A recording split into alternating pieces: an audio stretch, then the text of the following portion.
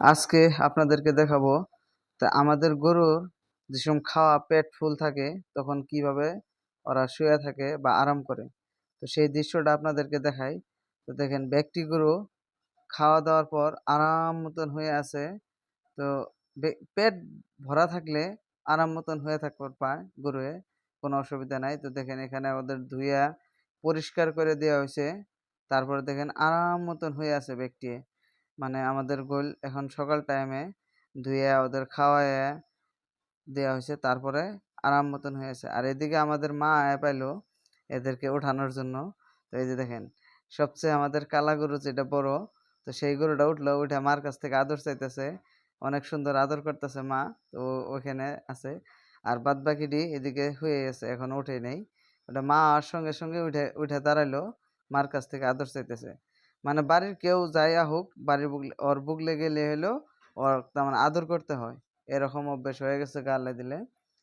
তো আপনারা দোয়া করবেন যাতে যেন আমাদের এই কালো গরুটা ইতিমধ্যে বিক্রি করবো বলে আশা করছি। তো যাই হোক, সামনে বিক্রি করে দিমু এটাকে। এটা অনেক বড় হয়ে গেছে গা আল্লাহ দিলে। তো আর বাদ বাকিটি থাকবো, তো আমাদের অন্য গরুগুলো থাকবো, এই গরুটা বিক্রি করে দিবো আগে।